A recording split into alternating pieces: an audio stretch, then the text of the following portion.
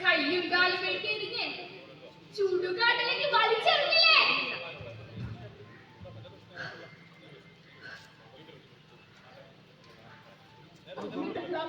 തൊഴിൽ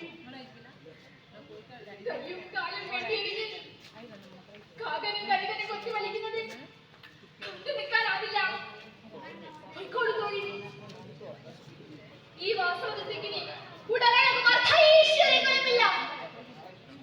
പിണ്ടത്തിന് ദാസ്യവേല വേലതോഴി വേണ്ട, അരുത്, അങ്ങനെ പറയരുത്. അതാ ആരോ വരുന്നുണ്ടല്ലോ ഇങ്ങോട്ട്. ഒടുവിൽ സമയമായി. ഈ ഉപഭോക്തിതാ നിന്റെ ചാനൽ കടലോളം പോകുന്ന കരുണയുമായി എത്തിയിരിക്കുന്നു. കരുണ നായാടുന്നതിന് മുമ്പ് വേട്ടക്കാരൻ എഴുതിയെ നോക്കിയവന് ഉച്ചരിക്കും. കരുണ എന്ന അർത്ഥമുണ്ടോ? പണ്ടുത്തരമത്രയിൽ വാസവദത്തയിൽ നിസ്വജപ്പെട്ടൊരു വേശ്യയുണ്ടായിരുന്നു. അവിടെ നിന്നാണ് നിങ്ങൾ അറിഞ്ഞ കരുണയുടെ കഥ ആരംഭിക്കുന്നത്. പക്ഷേ അതിനു മുമ്പ് ഒരു വാസവദത്ത ഉണ്ടായിരുന്നു. കളങ്കമെന്തെന്ന് കനവ് പോലും കണ്ടിട്ടില്ലാത്ത ആ 13 വയസ്സുകാരൻ.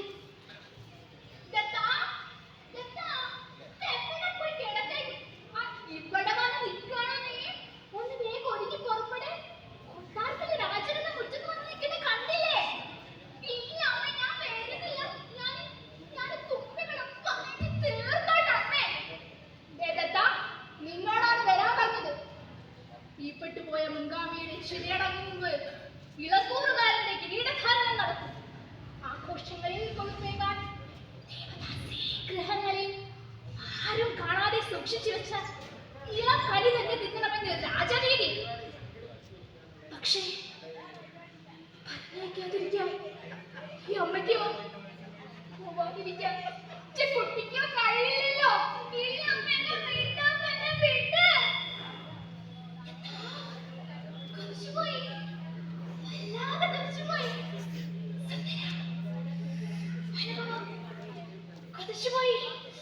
വല്ലാതെ കുറിച്ചുപോയി.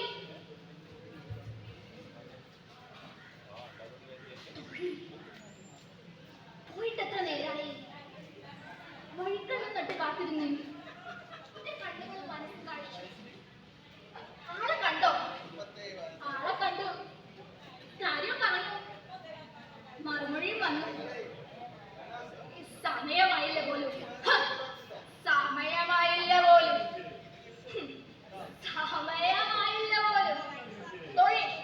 നാളെ വരാനിരിക്കുന്ന പാടിച്ചിട്ടുണ്ട്. ഇനി ഒരിക്കൽ ഇങ്ങോട്ടേക്ക് വരുന്നത് കുറവാനെ കൊണ്ട് അഴിച്ചേക്ക്.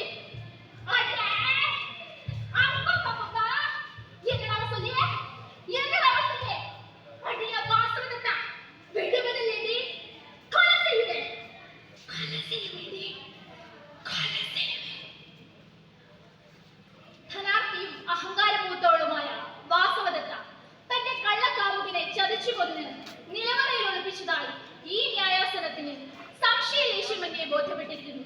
അതിനാൽ ഇവളെ